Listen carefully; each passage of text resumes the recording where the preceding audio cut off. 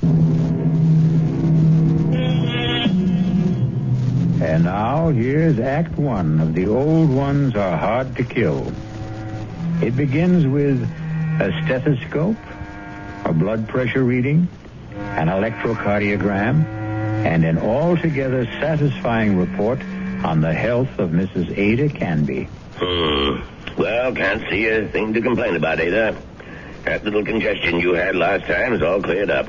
All in all, I'd say you're doing fine. For a woman my age, you mean? The older the chicken, the tougher it is to kill. That's what my grandmother used to tell me, and she lived to be 98. Speaking of relatives, you see much of Walter. My grandson? Oh, the usual once-a-year visit. And he always comes up with the same complaint. What's that? That I shouldn't be living all alone. That big house of yours must get pretty lonely sometimes. Well, the truth is, Dr. George, I'm not alone there. You're not? I decided to take in the boarder last month. Really? I haven't written Walter about it. I'm sure he'd object to my taking in a stranger, but there's really nothing wrong with Mr. Paulson, except his health, maybe. His health? What's wrong with him? Oh, the poor man's had a terrible cold for the past 2 weeks.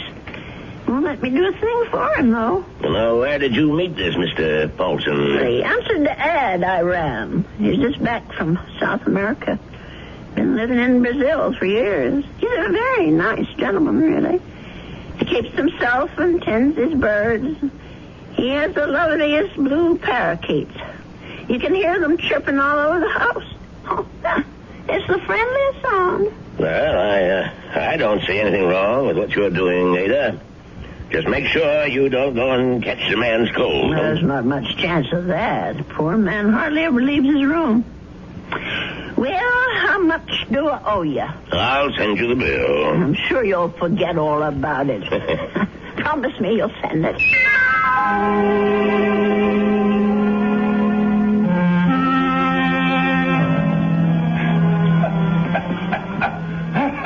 Oh, dear.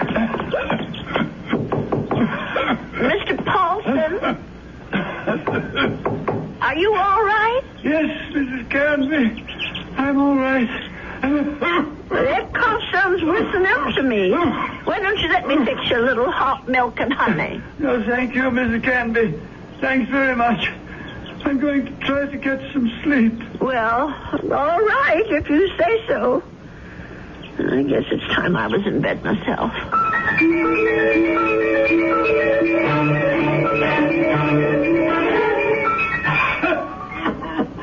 Oh, my, listen to that poor man. I wonder if he keeps his birds awake, too. Mrs. Canby, please. For heaven's sake, is he calling me? Mrs. Canby! He is calling me. I'm coming, Mr. Paulson. Oh, no. Where are those darn slippers? I'll be right there. What is it, Mr. Paulson? What's the matter? Mrs. Canby. Mr. Paulson, just look at you. Why didn't you tell me you were so sick? I would have called a doctor. No, too late now. Too late. I know a very good doctor. I saw him only this afternoon. I'll go and call him right now. No, please, listen to me. Well, I've got to get help for you, Mr. Paulson. I'm dying. Confession. Well, do you want a priest? Is that what you want? Richardson murdered 10 years ago. What? Murder. I did it. I killed him for money. I was paid. Did you hear me? Oh, Lord. Mr. Paulson, do you know what you're saying? Do you understand me? Lindell is innocent. I killed Richardson, not Lindell. Well, let me get help. You can tell them yourself, Mr. Paulson, and the police and the doctor. You tell them, please. Tell them to free Lindell. He's innocent. Tell them I'm the one who killed Richardson 10 years ago. Oh, I don't know anything about such things, and I don't want to. I did it. I killed Richardson. I did it. I don't want to hear it. Please don't tell me. Please. Mr. Paulson, Mr. Paulson? Oh, dear God, I think he's gone.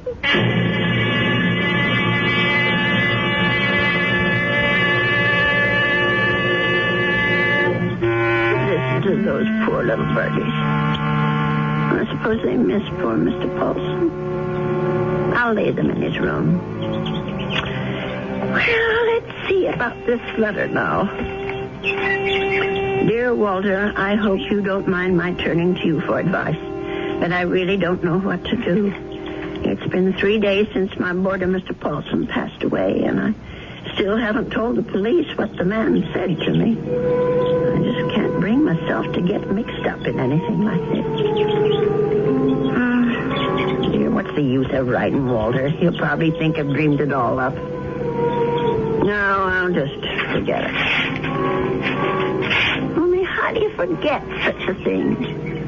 Those names, I keep hearing them. Richardson, Lindell. Lindell is innocent. Oh, dear God, what if it's all true? If Mr. Paulson actually murdered this Richardson and Lindell is innocent? Only, well, who are they? I wonder if the telephone book, well, why not? Let's see. Richard, all right. C-H-A-R-S. Yes, here it is. Oh, Lord, there's dozens of them. Well, I'll try Lindell. That wouldn't be as common, I don't suppose. Yes, here it is. There's only about half a dozen, then. C-L-D-E-L-L. Oh, my heavens. Lindell and Richardson. Both names together. Lindell and Richardson Investments. 9 Concourse 4153132. I wonder if... Well, maybe it's the only way to be sure.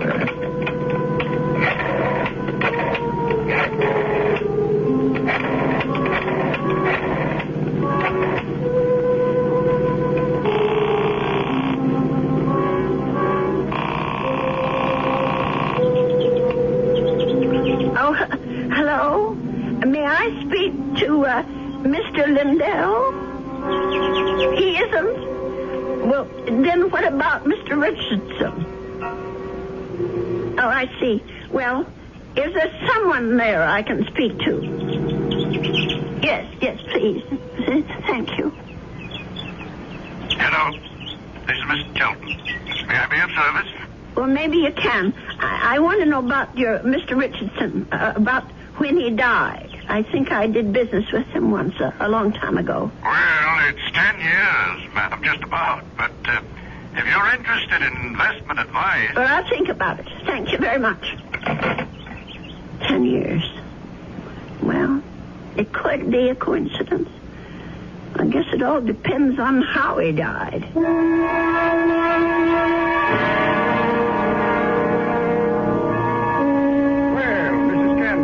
Come in. Have a seat. Thank you. Well, now, how can we be of help to you? Well, I didn't come here to get help, Mr. Shelton. I came to help you, as a matter of fact. Or rather, somebody you know. Who would that be? Mr. John Lindell, the man who was supposed to have murdered Mr. Richardson. I'm afraid I'm not following you. Well, it took me all week to find out what happened to those two men, and finally I found the story in the old newspaper room down at the library about Mr. Lindell being indicted for killing his partner. But I'm sure you know the whole story a lot better than I do. Well, of course I know the story, but that was quite a long time ago, Mrs. Canby. 10 years doesn't seem so long when you're my age. Anyway, the point is that I can help your Mr. Lindell, only I can't do it alone. Did you know John Lindell? No, I didn't. Nor Mr. Richardson, for that matter. The man I knew was named Paulson. Who? I rented a room to Mr. Paulson, and he died about 8 days ago of pneumonia.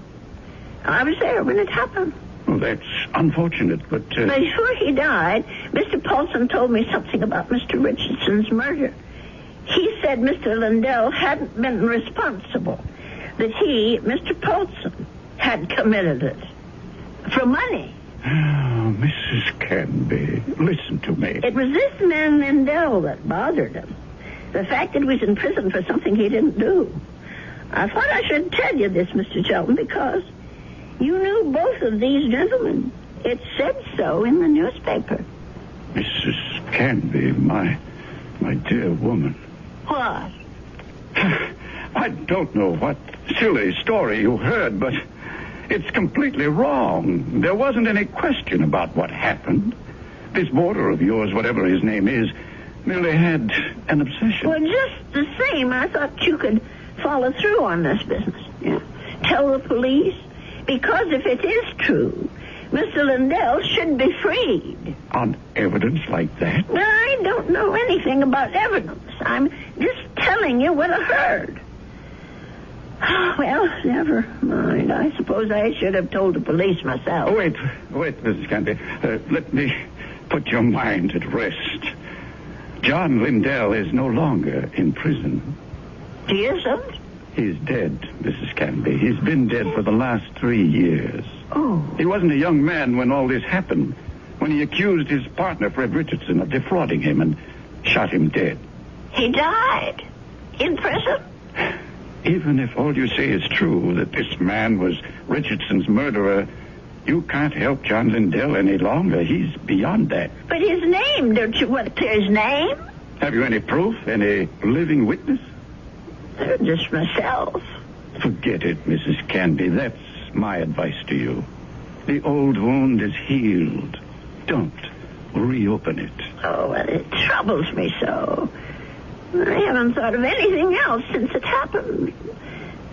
Perhaps if I saw a minister, if I had some advice from a man of God. Mrs. Canby, now you've said something.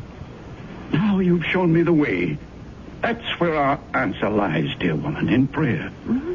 In the forgiveness of our dear Lord. Will you pray with me, Mrs. Canby? Pray? Here? Why not? God is everywhere. Please, join me. Dear Lord, tell us what to do. Give us your divine guidance. Show us the path to righteousness. Mr. Shelton, Help us, O Lord. Help us to understand. Teach us to forgive the sins of others and to forget them. To forget. I feel much better now, Mrs. Canby. Do you? I'm not sure. Let us turn this matter over to God, Mrs. Canby. Not to the police, but to the Lord. It's in his hands now. Don't you agree? Well, in a way, that's true. Since they're dead now. All of them.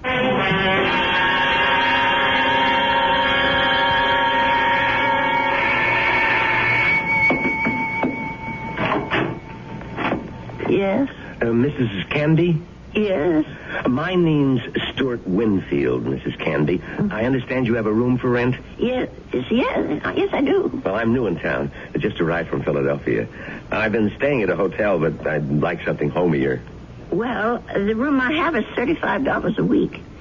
I can't offer you any meals, but you can use the kitchen all you want. Well, that sounds good to me.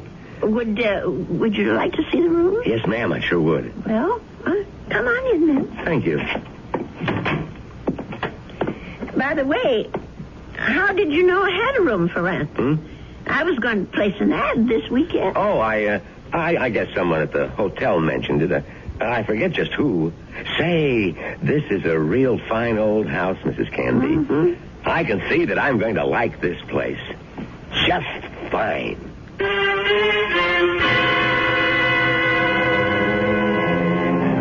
And so Mrs. Canby has a new boarder.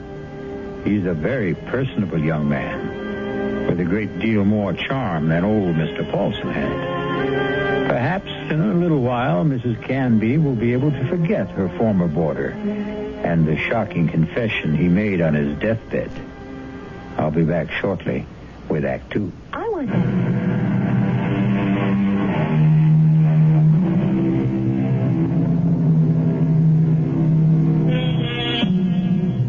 Winfield took no time at all to make himself at home in Ada Canby's big old house. He loved everything about his room. The fine old four-poster bed, the crazy quilt that Ada herself had sewn up 40 years ago, the lace curtains on the window. He even loved Mr. Paulson's blue parakeets. But what he really seemed to like best was Mrs. Canby herself. Just take me 2 minutes to get these clean sheets. on the bed, Mr. Here, let me give you a hand. No, I can manage. I've been making this bed for almost 50 years. 50? You've lived in this house that long? Moved in here when I got married back in 1919. My husband David bought it for us. Our only son Ralph was born in it. And you've lost them both? Yes, they're both dead, but I haven't lost them. Oh, yes, I understand, Mrs. Canby. I guess I feel that way about my mom. Your mother's dead? Yes, she died when I was 2. Oh. Listen, Mr. Winfield, are you sure you want these birds in your room? I could take them to the parlor if you want. No, I think they're great. I think everything's great about this house. But there is something you can do for me. What's that? Would you mind not calling me Mr. Winfield? Oh? That's what they call my father. My name's Stuart. Well, all right, Stuart.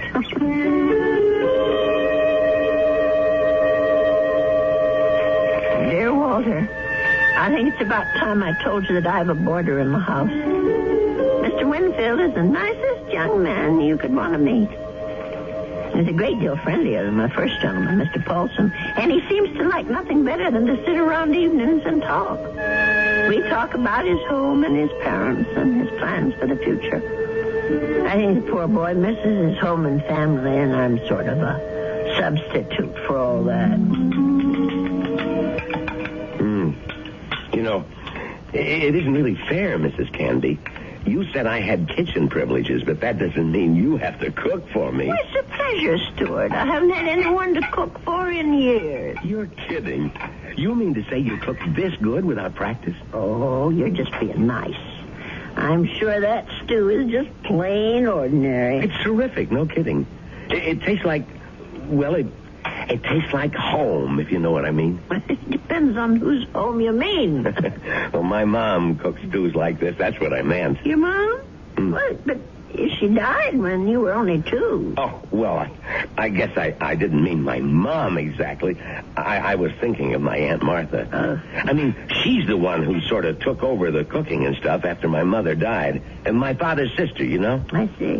Well, that was lucky that you had someone to take her place. Yeah, that's right. Excuse me. My, Stuart, you're not coming down with anything, are you? No, I'm fine. Just a little case of the sniffles. Listen, if your room isn't warm enough, I have an extra book. No, the room's just fine. Don't worry about it. Oh, you be sure now. I know I felt a little guilty about poor Mr. Paulson when he got sick.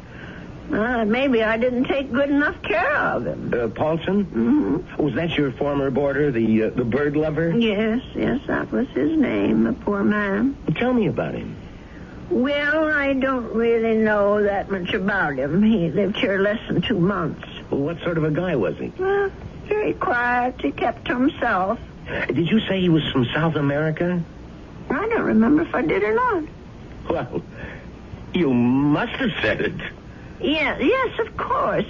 He was American, but he'd been living in Brazil.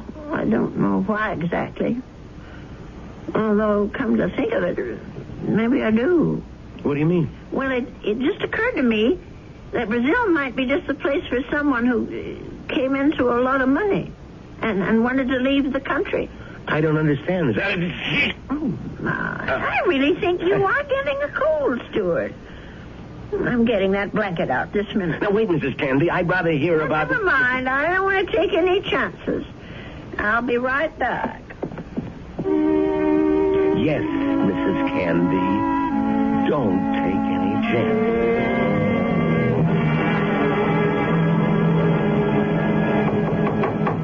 Stuart? Yes? Come in. I brought you a tray, Stuart. Oh. No, you shouldn't have. You shouldn't have gone to all that trouble, Mrs. Canby. Wasn't the least bit of trouble. Besides, you've got to have some supper. Feed a cold and starve a fever. That's what I mean, I was going to come out to the kitchen and get myself a sandwich or something. You didn't have to bring it to me. Oh, look at that. Is that roast chicken? Well, that's what it's supposed to be. I hope it tastes all right. Noodle soup with dumplings. Mrs. Canby, you're spoiling me rotten. Do you know that? Yeah, I just thought it'd be a good idea if you stayed in bed and took it easy. You weren't planning to go out tonight, were you? No, I was just going to stay in and read for a while. Maybe watch television. Oh, that's good. Here, I'll just set this tray down. Oh, the service here is just too good. Oh, we never finished our talk the other day about that boarder of yours, Mr. Paulson. Well, there's not much to say about him, really. Well, you said something about his living in South America. You said you thought you understood why he was living there. Sounded real interesting. Well, the truth is, Stuart, there is something to tell about Mr. Paulson. Maybe you can help me feel better about it all. About what? I'm not going to tell you if you don't eat. All right, Mrs. Canby, I'll eat. Well, it happened just about 3 weeks ago.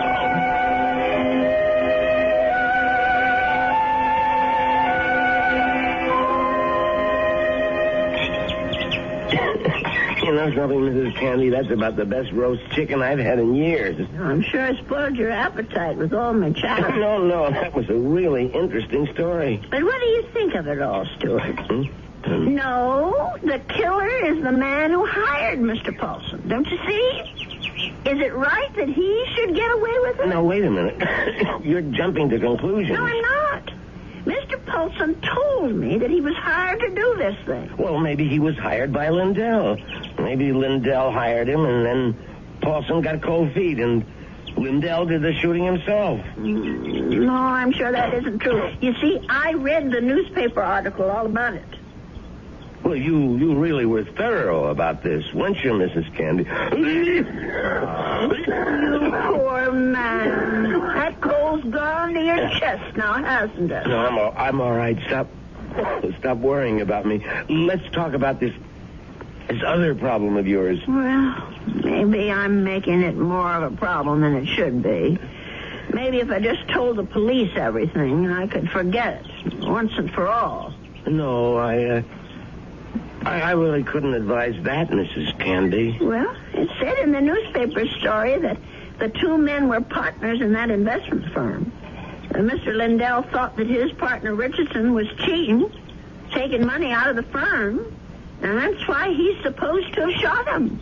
Wasn't there a witness to the shooting?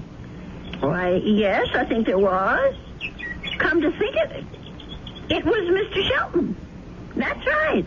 Well, doesn't that wrap it up for you? Well, it would if it wasn't for Mr. Paulson. Listen, Mrs. Candy, you know how much I like you. Why, in just a few days, you're more like family to me than my Aunt Martha ever was. Well, it's nice of you to say, Stuart. And that's why I want you to listen to me about this. That's why I want you to forget about this whole foolish thing. And listen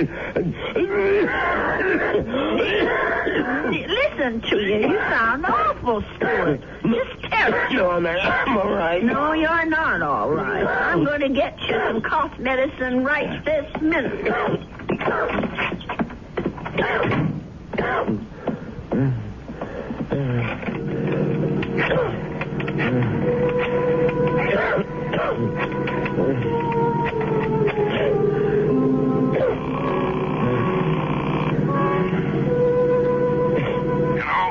Mr. Shelton, it's me, Winfield. Well, what's happening?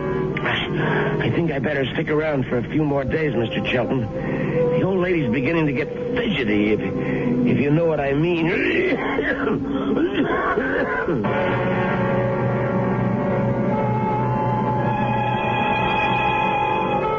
Well, something tells me that Stuart Winfield isn't such a nice young man after all. Could it be that he wasn't telling Mrs. Canby the truth about his dear mother and his Aunt Martha? Could he have not told her the truth about his plans for the future? Of course, the real issue is, what sort of plan does he have for Ada Canby's future? I'll be back shortly with Act 3. If you want to watch...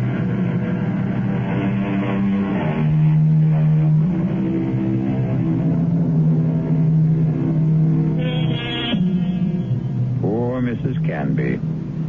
She isn't sleeping well tonight. But of course, Mrs. Canby has good reasons for insomnia. Her thoughts are whirling. Her boarder Stuart was right.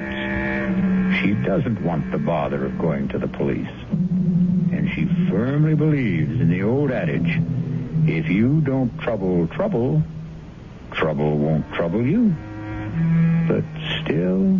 Oh, my. I'm just never going to get to sleep tonight. Poor Stuart. He's still coughing. I'm sure that room is just too drafty. I never should have let any boarders in until I got the windows fixed. Oh, dear. That poor boy. I'll never forget the terrible night Mr. Paulson was coughing so badly. Huh?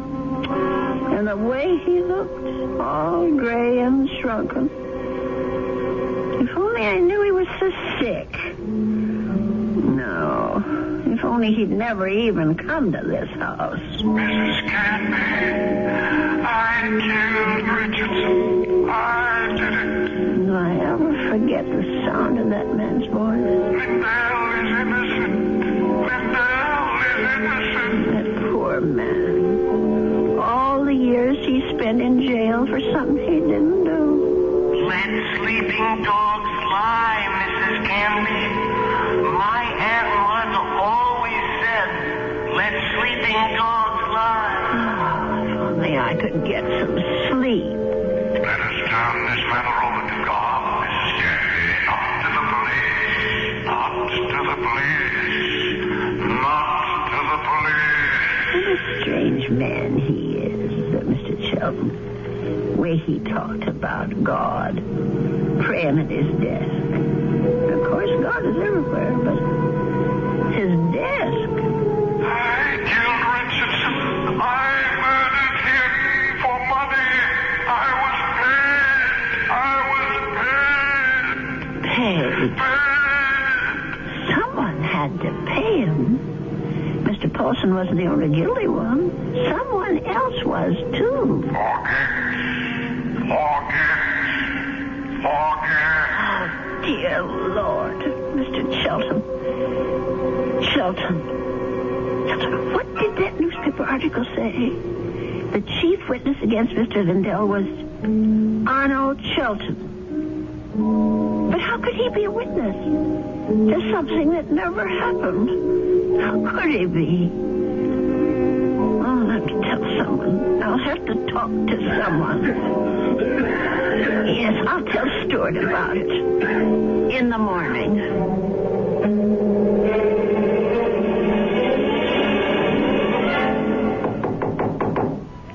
Stuart, are you awake? Yes, I'm up, Mrs. Canby. Come in. Oh, no. Now, don't tell me I'm getting breakfast in bed, too. Well, I know you had a terrible night last night, Stuart. You were coughing much worse than ever.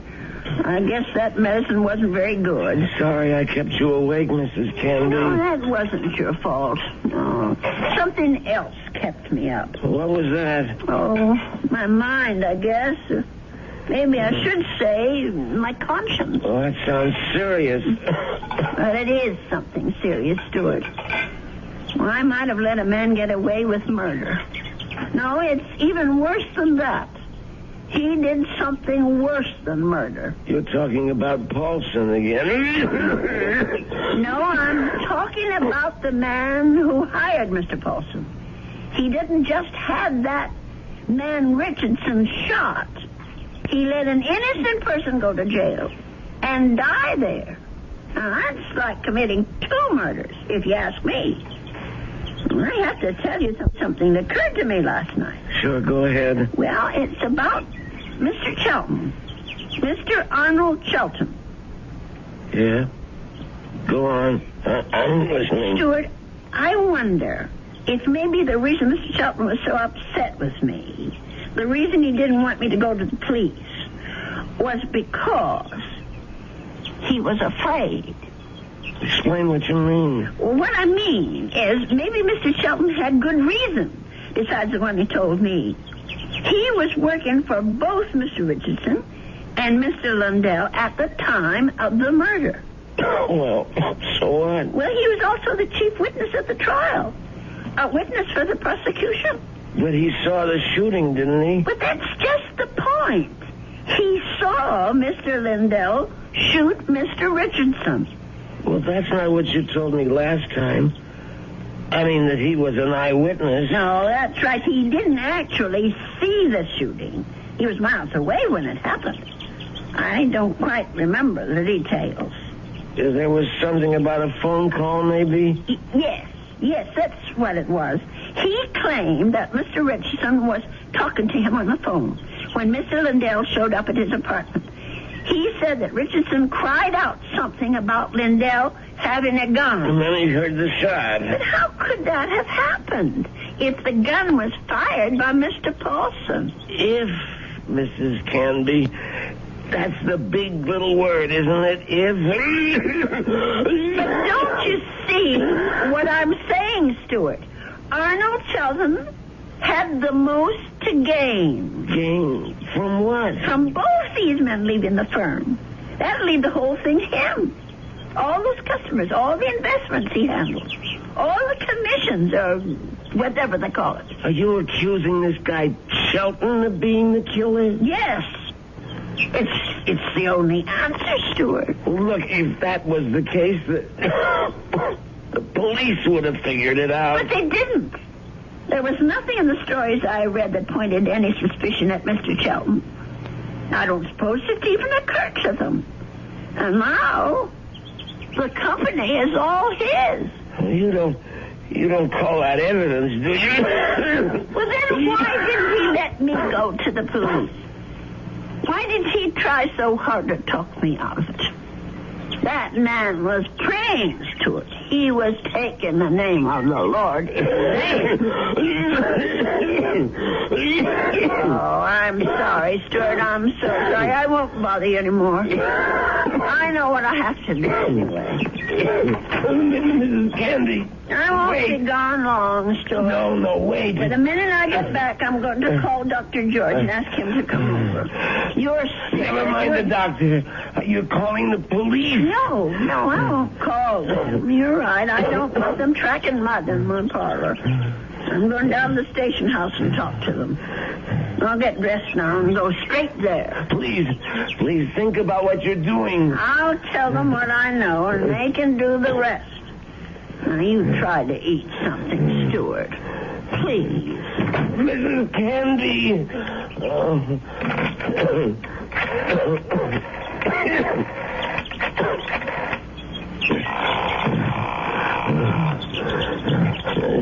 Sheldon? What is this, Winfield? I told you not to call me at the office. It's an emergency. You sound terrible. What's the matter with you? I'm sick. Only you're going to be a lot sicker. What are you talking about? The old lady. I can't stop her. She's decided to talk. What? She figured it out. Figured out exactly what you did, Sheldon, and how you did it. You fool. You've got to stop her. Do you hear me? That wasn't part of the deal, Sheldon. It's all of the deal now. The price didn't include anything like that. The price just doubled. Old ladies are always having accidents. Make her have one. Make her have one now, Winfield. All right. She's gonna have a fall down the cellar steps. Right now. I gotta get my robe on and my slippers. I gotta hurry.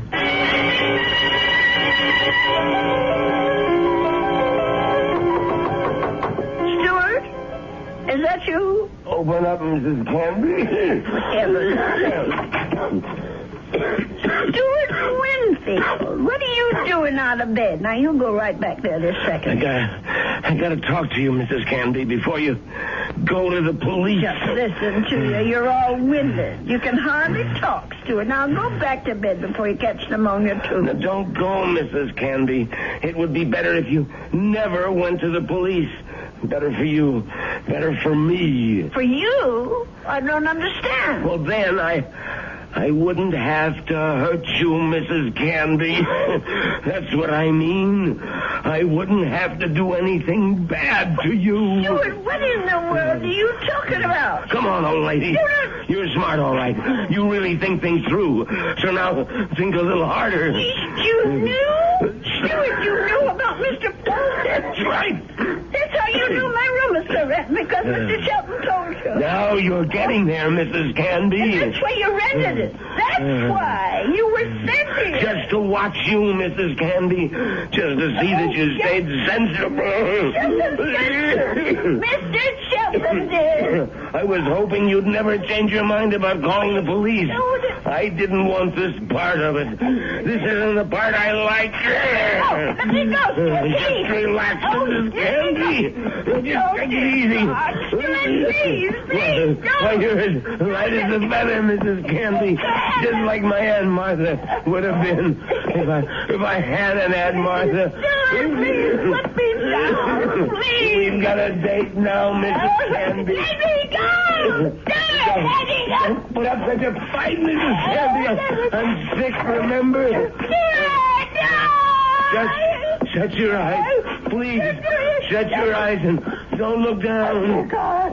Stuart, those stairs. Just shut your eyes. They'll all be over.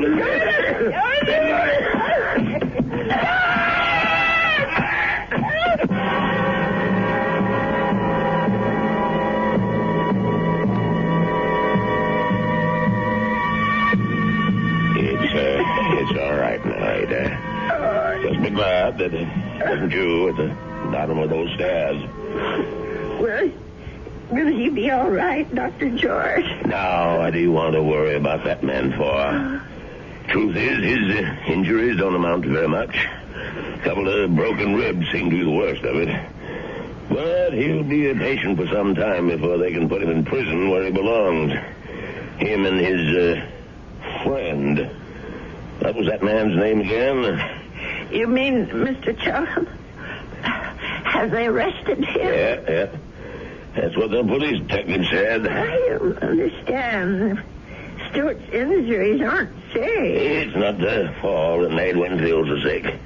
His case was diagnosed as simple pneumonia at first. And then I remembered about your first boarder. Nelson, was it? No, Paulson. Yes, Paulson. But he had pneumonia, too. He died of it. Oh, is pneumonia contagious? Yes, it is, but this disease was even more contagious. It's a pneumonia caused by a disease called psittacosis, better known as parrot fever.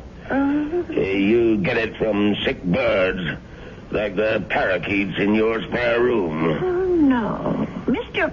Paulson's bird. Sorry, Ada, but they had to be taken out and destroyed. Oh, what a shame. There's one reason I feel sorry for them. They saved your life. Made Mr. Winfield too weak even to throw a little old lady down a flight of steps. Those poor little creatures. Yeah, but you can be grateful they didn't make you sick, too. Parrot fever is so contagious that no more than one person in 1,000 could be exposed to it and escape infection. It was pretty darn close to a miracle, Ada. We're hard to kill, Doctor. Remember? The old ones are hard to kill.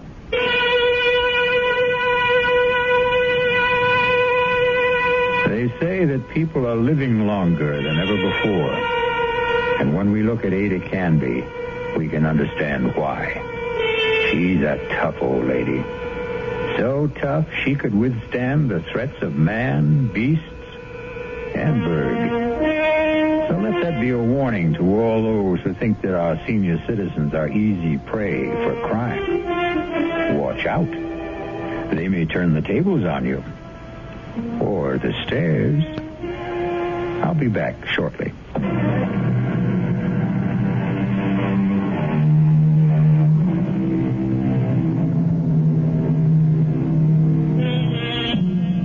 We have one final comment for you on behalf of Ada Canby and old people everywhere.